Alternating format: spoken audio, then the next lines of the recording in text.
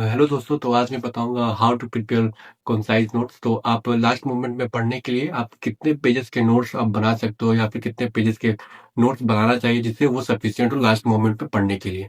तो ठीक है? तो सबसे पहले मैं यहाँ पे शुरू करूँगा, ठीक है? लास्ट मोमेंट पे क्या है कि बहुत ज़्यादा सिलेबस हो जाता है और सारा रिवीजन एक साथ नहीं हो पाता है।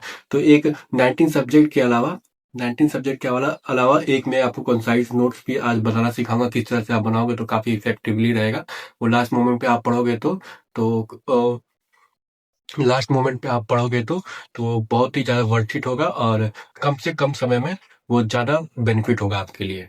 ठीक है? तो सबसे पहले मैं यहाँ पे या how to prepare concise notes आज का टॉपिक है। Keep any source as a base. ठीक है?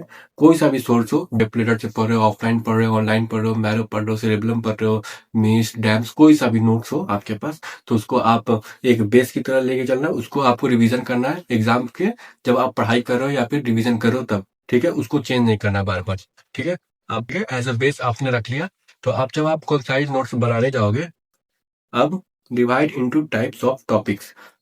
ठीक है? इसमें थ्री पार्ट में मैंने डिवाइड किया है। तो सबसे पहले फ्रीक्वेंटली आस्क्ड, जो बार बार हर साल वो आ रहा है। ठीक है? एक एक ईयर भी गैप नहीं हो रहा है, उससे हर साल आ रहा है।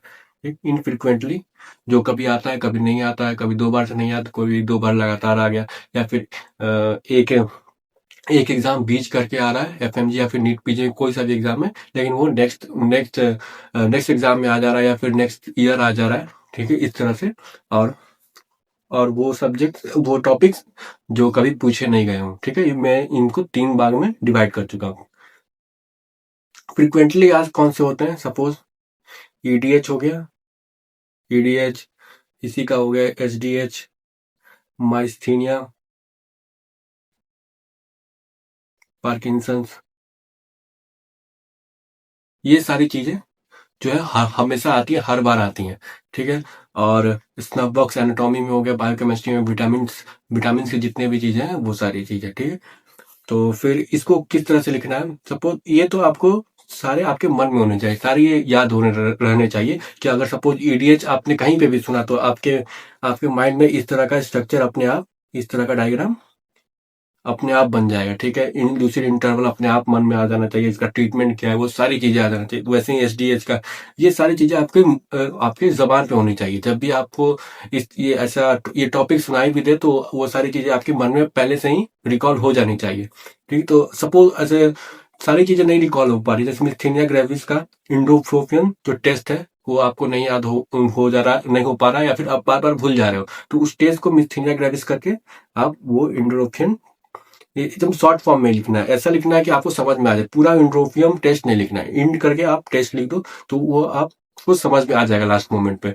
ठीक है? और ये जो नोट्स कंसाइज नोट्स बना रहे हो, आपको हर 2 दिन पे एक बार देख लेना है, क्योंकि अगर सपोज आपने एक पॉइंट भी इस तरह से लिखा हुआ तो वो आपको पॉइंट भी समझ में आना चाहिए, मैंने पॉइंट क्यों लिखा है, या फिर कुछ भी ऐसा अपने मन से आपने कुछ भी किया, या डब्ल्यू लिखा है तो इससे विथ आपको पता होना चाहिए, बिटवीन से तो ये सबको पता है ये बिटवीन है। तो इस तरह से तो आपको पता होना चाहिए कि क्या है, मैंने ये डॉट पे लिखा है तो क्यों लिखा है। ठीक? अब आते हैं इसमें इनफ्रीक्वेंटली आस्क्ड, जो हम हर बार नहीं आते, जो कभी कभी आते कभी कभी नहीं आते। तो इसमें क्या हो गया? Glasgow coma scale, Glasgow coma. ठीक है? ये क्या है कि हर बार नहीं आते, कभी कभी आते, कभी कभी नहीं आते। ठीक है? तो स्कोर आपको याद नहीं हो रहा है तो वो आप खुद से, अगर याद हो जा रहा है तो बहुत अच्छी बात है, नहीं याद हो पा रहा तो वो अपने कॉन्साइड नोट्स पे बस एकदम शॉर्ट फॉर्म में लिख लो। उस तरह से आपने 5 4 3 2 1 ऐसे करके लिख लिया, और आपको ये पता ये वर्बल था, ये मोटर का है, ये आई का है, इस तरह से आपको आप या समझ समझ के लिखते जाना है। ये नहीं, सिर्फ कॉपी नहीं करते जाना, जो नोट्स में लिखा हुआ है वो आप अपने कंसाइज नोट्स पे लिखोगे तो फिर वो वही बात हो जाएगी, बस एक 20 बुक बन जाएगी नोटबुक, और कुछ बेनिफिट नहीं होगा आपके लिए, भी मोटी हो जाएगी। तो ये मतलब 3 से 4 पेज मैक्सिमम है इसके लिए। ठीक है?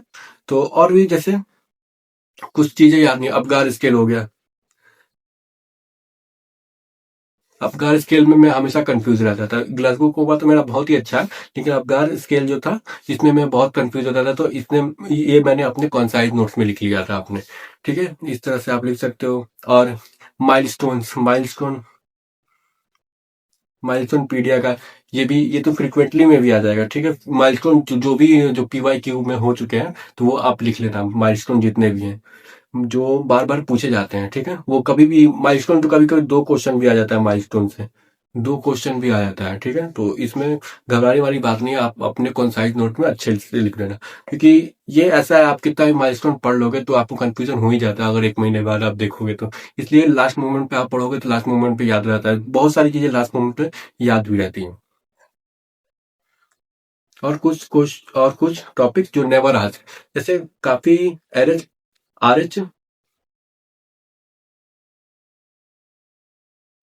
आर एच कॉम्पेटिबिलिटी नहीं पूछ रहा है, सेल इंजरी से नहीं पूछ रहा है कुछ भी,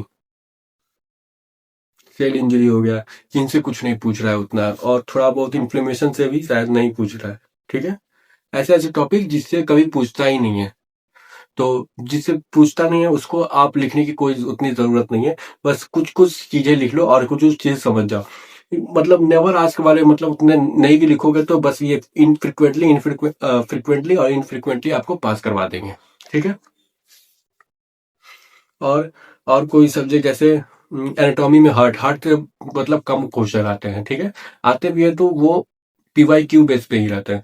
लेकिन जैसे एनाटॉमी में क्या होता है कि आपको अपर लिम लोअर लिम ये तो कंपलसरी रहता है, वो आएगा ही आएगा, अपर लिम से कुछ भी आ सकता है और लोअर लिम से भी कुछ भी आ सकता है। तो ये सारी चीजें आप अपने दिमाग में बैठा के रखो।